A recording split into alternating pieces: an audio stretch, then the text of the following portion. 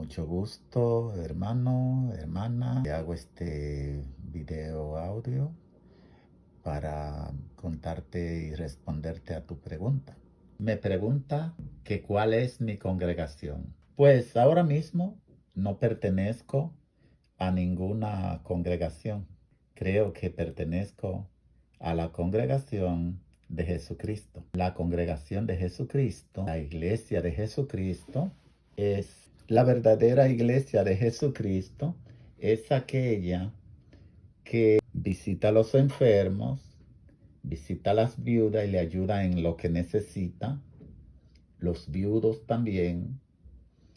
Esa iglesia tú la vas a encontrar en 2 de Timoteo 3:15 al 17, Hechos 17, 1 al 3, Tito 6, 3, Lucas 24, 27 y 44 y 45. Juan 17, versículo 17. Estas iglesias que llevan el evangelio como debe ser, que visitan los enfermos, visitan las viudas. Pero ¿qué pasa? La iglesia de hoy no hace nada de eso. Cuando yo estuve en la iglesia, segunda iglesia, pues yo nací en el evangelio, me crié en el evangelio, pero luego yo me mudé del lugar y ya tenía que buscar otra iglesia.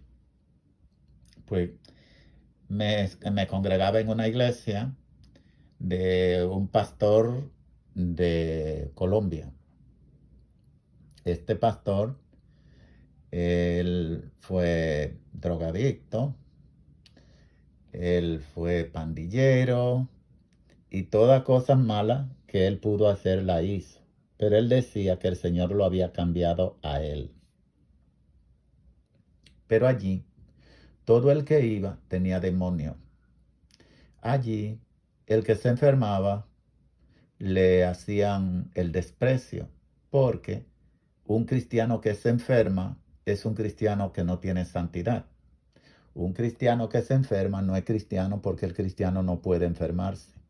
Eso es lo que decían. Pues desgraciadamente, después que ya yo tenía muchos años en esa iglesia, que yo había ayudado a construir esa iglesia, que yo había cooperado mucho con esa construcción de esa iglesia, con esa preparación de esa iglesia a nivel de silla, banco y todo. Yo daba buen diezmo, buena ofrenda. Se inventaron una primicia. Yo la pagué siempre. Mi carro era el transporte de esos hermanos que vivían lejos. Yo tenía que recoger a esos hermanos, irlo a llevar. Aparte de mi trabajo, que era bastante horas, yo tenía muchas horas para el trabajo de la iglesia. Pues resulta que todo iba bien, pero a mí se me estaba presentando un cansancio irresistible. El pastor, si así se puede decir, porque así es que se le dice a los dueños de iglesia, pastores. Ese pastor, yo me estaba muriendo y pude ver caído en la misma iglesia.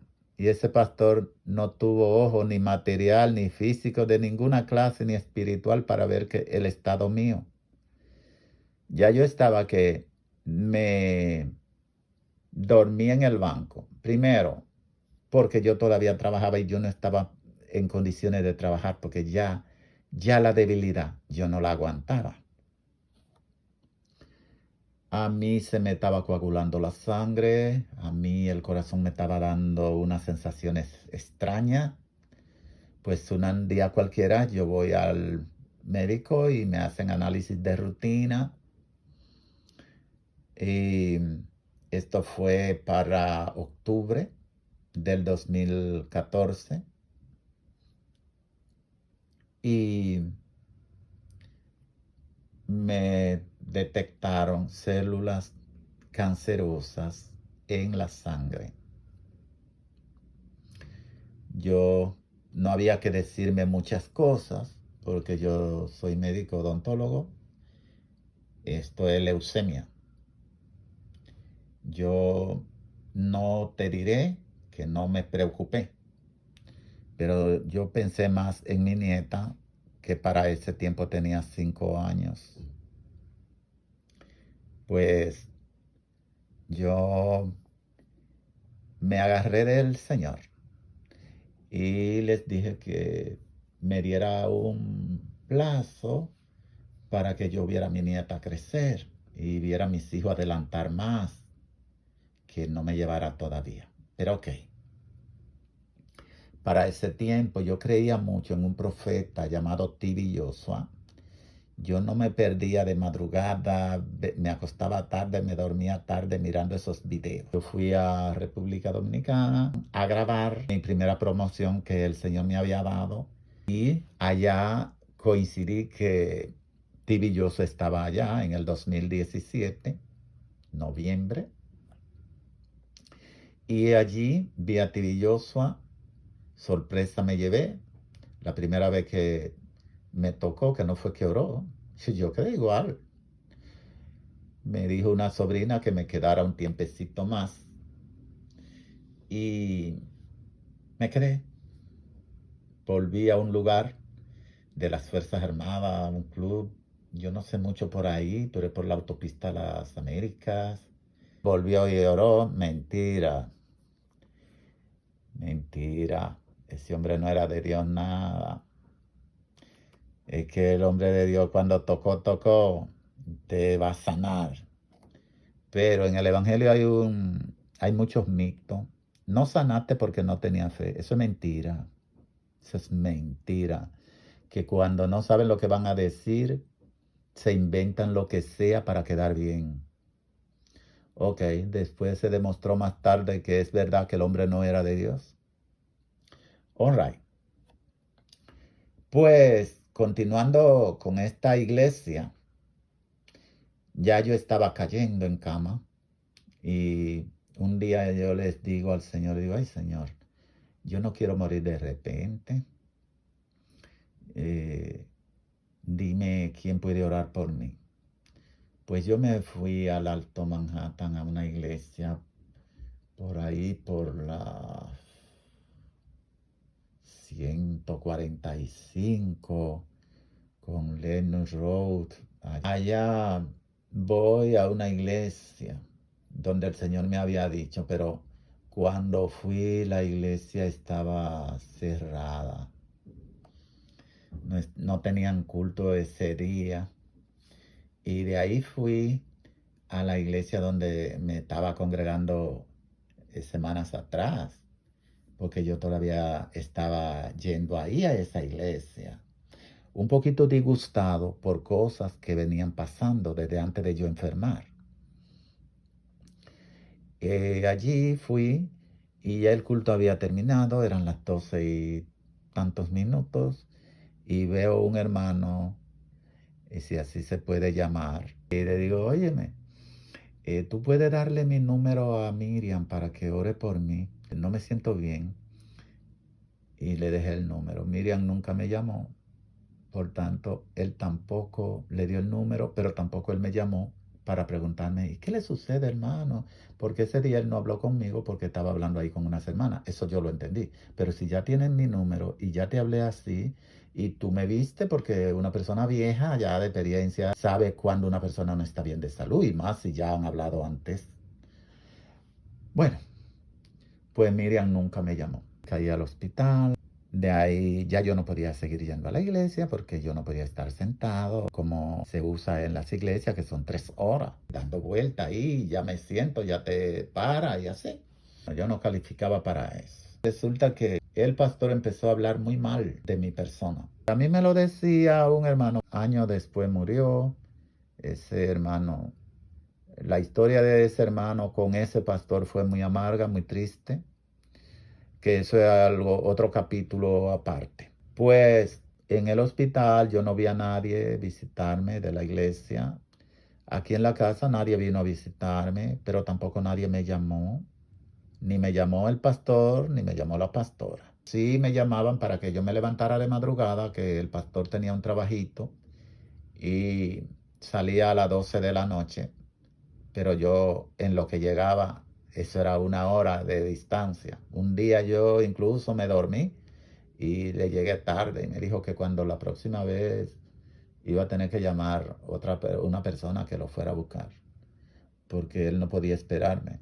Ya después de ahí, ya yo no duré mucho yendo a la iglesia, pues me quedé aquí en casa recuperándome. En una ocasión me dice mi amigo que estaba conociendo una iglesia y que si yo quería ir. Yo le dije, "Oh, sí", pues yo fui. Allí era una pareja de esposos.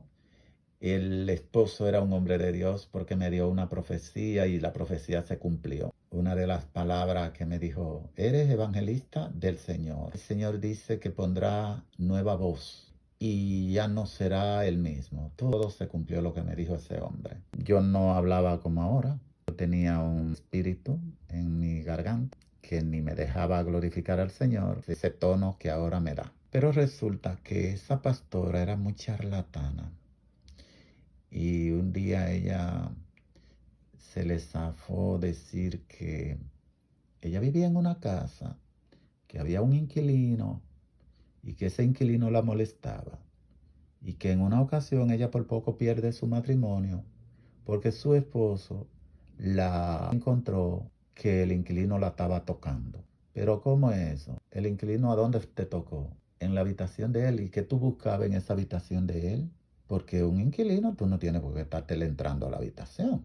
Entonces, ella decía muchas cosas que no eran coherentes. En una ocasión me llamo, me dice, ay, siempre que cuando me vaya a llamar hermano, avíseme, porque ay, yo no me he maquillado. Si tú eres una pastora, ¿cuál es el problema de tú darte tanta mano de pintura? Ella se veía de una edad que en la realidad así no era. Tú en ella, tú veías una mujer de la calle, una mujer que no es una pastora real. Un día ella nos invitó a su casa, a mi amigo y a mí, y fuimos.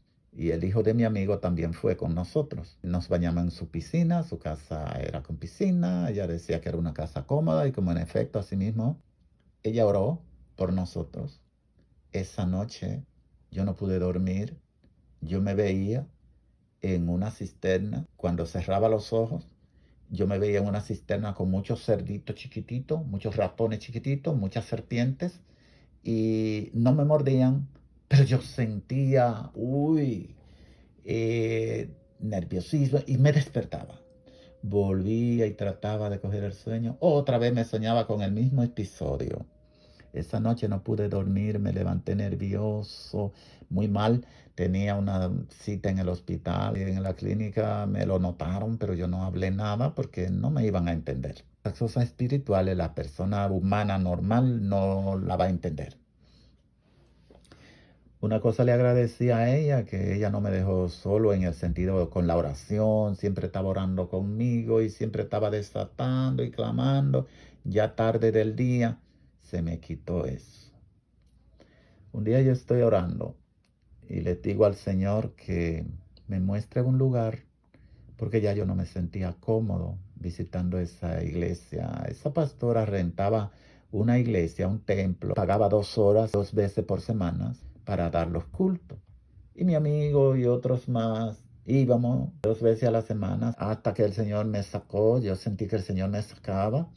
En una ocasión yo le pedí, Señor, muéstrame la realidad de esto. Y dejé de ir a la iglesia. La pastora me llamó. Yo volví con un muchacho que siempre me buscaba al lado para que yo orara por él. Él me decía, Luis Manuel, a mí me gusta que tú ores por mí, porque ese aceitico que tú me pones me mejora. Tú sabes que yo lucho con problemas de alcohol y yo quiero dejar esta vida, porque esta vida me maltrata mucho. Y yo no quiero perder mi matrimonio.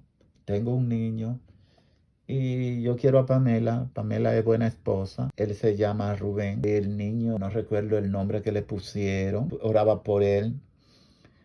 Y un día él me visitó. Yo le dije, ¿tú tienes tiempo para que vaya conmigo a la iglesia hoy? Porque es lejos y ya tengo casi que salir porque hoy vamos a hacer un culto temprano. Viniste a visitarme, yo no quiero decirte vuelve otro día, no, yo no soy así, vete conmigo a la iglesia, de por ahí tú te vas. Pues fuimos. La pastora después me dice que ese muchacho se veía raro, que ese muchacho era homosexual. Ese muchacho no tenía nada de homosexualidad, nada. porque yo conocí a ese muchacho. Ese muchacho me trata a mí como un padre y yo a él como un hijo. Yo le ayudaba en cualquier cosa y ya hace un tiempo que no sé de él.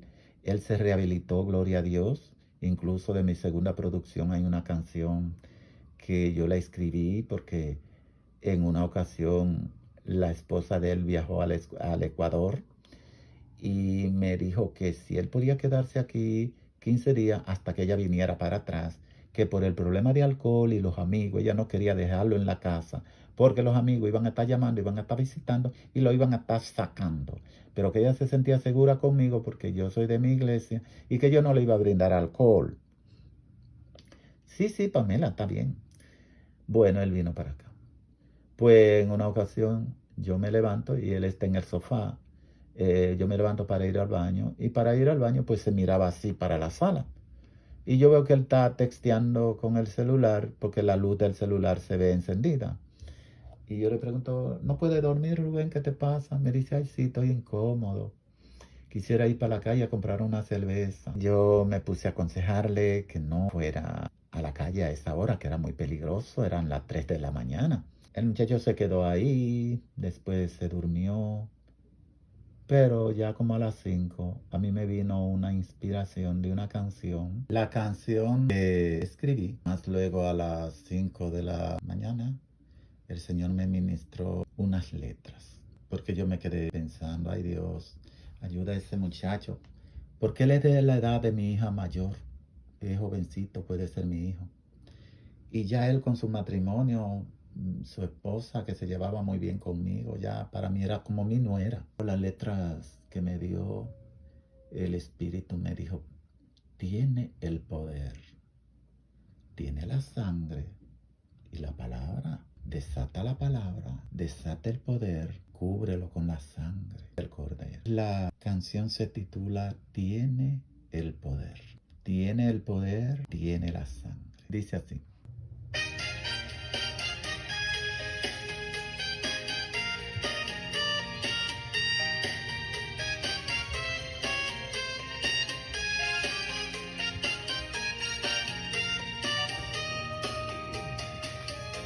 Tiene el poder,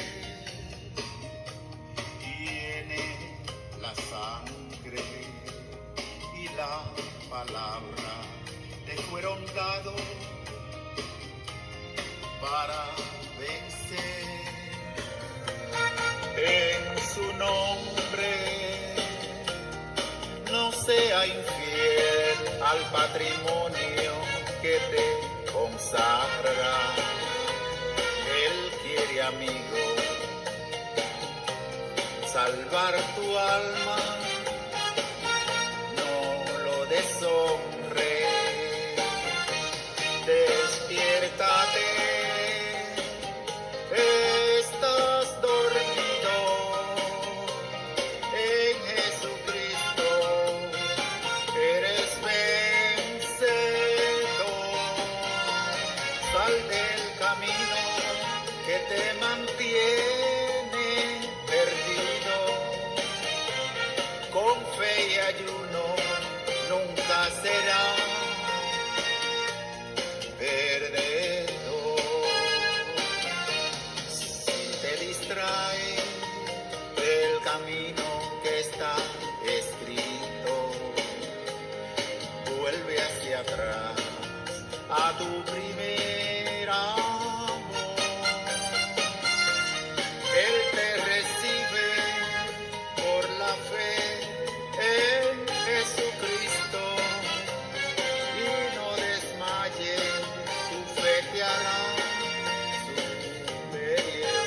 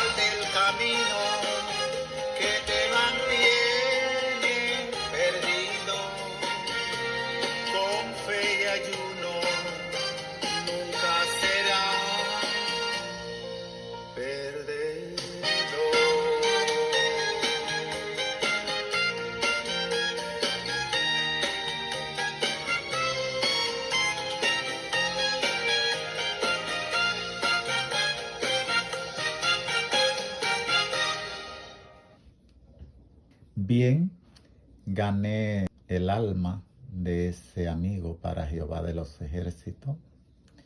Él está restaurado, está irreconocible. Él tenía un promedio de 62 libras, sequecito, seco, seco, seco. Ya su cara estaba desfigurándose. Y el Señor lo rescató, su esposa se arregló con él, porque era difícil ya ellos estar juntos finalmente, porque ya él tocó piso, ya él, ya él no quería ni trabajar, ya a él le importaba todo, la depresión lo estaba matando. Aleluya, pero Cristo llegó. Ese hombre ahora tiene cerca de las 200 libras, trabaja, tienen otro niño. El matrimonio se restauró bonito, muy bien. Gracias al Señor. Esa pastora que me dijo esa falacia, esa mentira, esa maldición, yo la reprendí en el nombre de Jesús y la dejé sin poder, porque así es como debemos actuar. Finalmente, ella consiguió el número de teléfono del pastor anterior a la iglesia donde yo estuve yendo y les preguntó que cuánto yo pagaba de diezmo, que si yo diezmaba, que si yo ofrendaba. El pastor le dijo, sí, este hombre lo que da es 2,000 pesitos de diezmo y él gana casi $10,000 al mes porque tiene clínica y el sueldo del hospital es bueno. Y a él es un médico bueno y él lo que da es $2,000. Y la primicia a veces no la da y lo que da es 600 pesos. Eso yo sacaba el 10% de primicia también y lo ponía y daba buena ofrenda. Pero ok, ¿cuántos miembros tenían ellos que diezmar así y que ofrendar así? Sin embargo, él se lo encontraba poco. Yo veía que él le cogía dinero a los hermanos y nunca le pagaba. Hacía así y, hermano, présteme, porque él no tenía papeles y siempre necesitaba para migración, para pagar esto, pagar lo otro, pagar aquello. El buen vivo al final arregló sus papeles, ¿sí? Y algunos hermanos se iban porque a veces estaban vendiendo una casa. Desde que él se daba cuenta, él le decía al hermano que el Señor le había revelado que tenían que dar un 40% del dinero para la obra de Dios. Y los hermanos se fueron desencantando y bueno, pero como quiera el diablo tiene gente, la iglesia ahí se mantiene, pero ya gente de Dios ahí no está, no, porque ya votó la brujita que tenía ahí, la adivinadora, votó otra mujer ahí que cuando se le ponían esos ojos rojos como candela, le daba profecía a todo el mundo. Ustedes sabrán que el diablo te mete una verdad y 4 mentiras. Ella llegó a decir verdad porque ella me dijo que el Señor me había dado cosas que no era para que yo la enterrara y de eso me hablaba ella en el 2014 y es verdad, yo tenía el don de cantar y yo ni siquiera había pensado nunca jamás en eso y yo no pensaba nada de eso y esto de predicar, yo tampoco pensaba en nada de eso, pero eso no dice que ella fuera mujer de Dios porque ella hacía muchas cosas raras. Y finalmente pues yo me fui de ahí, la congregación de la pastora, por chismosita, porque yo predicaba en su iglesia y de repente ella me dijo que quería que yo me relacionara con el hermano de ella, que es pastor en Guatemala, que lo agregara en mi Facebook. Pues yo lo agregué en mi Facebook. Total, nunca nos hicimos así de que amigos de conversar, pero yo veía la página de la iglesia, ok. ¿Qué resulta? Que ella misma me hacía videos cuando yo estaba predicando. Ay, hermano, qué buen mensaje te dio. Ay, hermano, esto, lo otro. Y bueno, ¿qué resulta? Que yo ponía esos videos en mi página. Pues cuando yo me fui de esa iglesia, ella me hizo borrar esos videos, que no eran de ella, eran míos, porque soy yo el que estoy predicando. Pero supuestamente ella decía, no, que es el púlpito de la iglesia. Pero tú no eres dueña de esa iglesia, tú eres una renta ahí en esa iglesia.